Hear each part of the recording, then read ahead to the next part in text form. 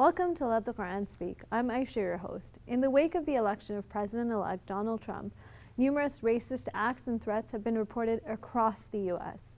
In Los Angeles, a teacher taunted his Latino students, telling them their parents were going to be deported. According to an article in the CBC, Trump's campaign has been blamed for fueling racist rhetoric and xenophobia while attracting support of the so-called alt-right nationalist movement. Canada is not immune. There have been several anti-Semitic incidents across Canada, including racist graffiti at the Ottawa Muslim Association. What do we do, and where do we go from here? Let's sit down with Dr. Shabir Ali to discuss this topic further. Welcome to the show, Dr. Shabir. Pleasure to be on. So following the U.S. election, which is, there's some time that's passed now, there is an increase in quite a few racist incidents throughout both U.S. and Canada. What are your initial thoughts to that? Well, prior to the election, people were wondering, and we discussed, the qualifications of the candidate Trump as a candidate at the time. Now that we're looking at it from the other side, the elections are over, he has been elected, we have to accept as a fact that he has been elected and then move on from there. But the difficulty that we still are dealing with is that some of his rhetoric it now seems to be playing out in fact, where we're seeing that there is this rise of racist incidents, Islamophobic incidents, and so on. And several people have commented on this. Republican advisor Anna Navarro, in a CBS interview, has spoken about this at length. Some of the new appointments that Trump has added to his team of experts and advisors and so on are persons who have had some past which are linked to this kind of bigotry and racism and so on. And then the rise of the incidents, this gives reason for people to be concerned. It's not only the rise of these ideas that now people sort of have a stamp of approval because you have someone in charge who's sort of given that authority in some respects because he campaigned on such a platform, right? On a negative rhetoric, racist platform. What about now? How do we deal with ideas that are actually looking like they might become policies? For example, the idea of having Muslims register, that's becoming more and more of a possibility as people are talking about it. You have people on the Trump team. There was a comparison also made to the Japanese internment camps. So how do we deal with this? It is a difficult time for Muslims in particular, and to deal with this, we have to call on a number of Islamic teachings here. One important teaching in this regard is the caution towards patience. The Quran tells us everyone is in a state of loss except those who believe and do right, وَتَوَاصَوْا بِالْحَقِّ وَتَوَاصَوْا بِالصَّبْرِ, except for those who enjoined truth on each other and enjoined patience on each other. So we have to encourage each other to be patient in such difficult and trying circumstances. Now we know that the American elections roll around every 4 years. So at least we know hope. that, yeah. Yes, there's going to be some revision after a while. The other thing to be aware of here is that while there is this initial surge and there was, of course, the campaign promises, eventually being on the job itself will tame the tiger. Because one gets to realize that you can't do things in a vacuum. We live in a connected world, and while, for example, Trump has been speaking against the North American Free Trade Agreement, eventually he may come to realize that this is essential not only for Canada, but also for the United States of America, that this is a good thing that needs to be kept in place.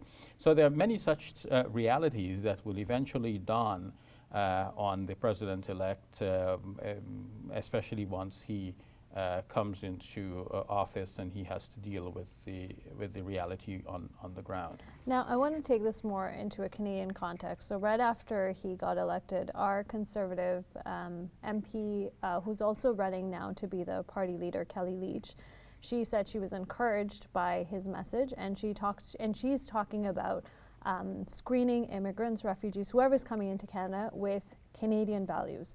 So we have our own problem to deal with. So from an Islamic context and reflecting on the times of the Prophet, are there any lessons that we can take from them in terms of practically being patient but also doing something about it? Yes, in terms of being patient, the Prophet Muhammad, peace be upon him, lived in a time when people did not want to hear the message of Islam. They persecuted him and his immediate followers. But he enjoined patience on his followers. He himself practiced this patience, and he made dua or supplication to God, asking God for his help and asking God to change the circumstances. And at the same time, as you indicated in your question, he did something about it. Sometimes he made a public complaint. On one occasion, it is mentioned in his biography that somebody took some filthy material and placed it into his cooking pot. So he used something like a stick to pick up that material and hold it up to them and ask them, is this the way that you treat your neighbors? So this is a way of calling for public sympathy. So while you may have a few persons in a community who may spray paint your mosque or synagogue or church, there will be others who will say, okay, no, that's wrong. We can't stand for that. We want to live in harmony and peace. And that voice is going to be overwhelming. So we have to appeal to that majority voice. And this is what the Prophet, peace be upon him, did on that occasion. Are there any other prophets that you can talk about just to, re-exemplify this further? Yes, of course, in the Quranic stories of prophets, we have them one after another. The prophets were being ridiculed, they were being jeered, laughed at, scorned, even physically threatened, but they kept their patience with God, and eventually God's help came to the prophets. We have the Prophet Noah mentioned in the Quran, and the fact that people were ridiculing him. And the Quran says that this is the way of the previous prophets. We have the Prophet Moses, on whom be peace, who lived under the domination of the Pharaoh. And the Pharaoh sought his life, but God sent him with a message to the very Pharaoh who wanted to kill him. And the outcome, obviously, in the end, is that God's hand is with his prophet, and God destroys those who are oppressive towards God's servants. So all humans in general who are, in a way, servants of God according to the Islamic worldview here.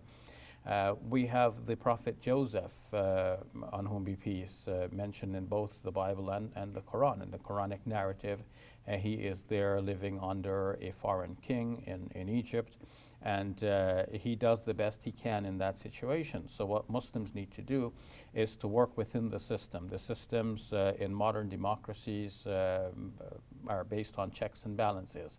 So while on the one hand there will be some who are pulling towards racism and bigotry, there are things like International Human Watch Organization, human concerns and human rights organizations that will look into these matters and try to balance that tendency towards wrong with pulling people back towards the original and core principles of modern democracies, such as freedom, liberty, justice, the rule of law, and so on.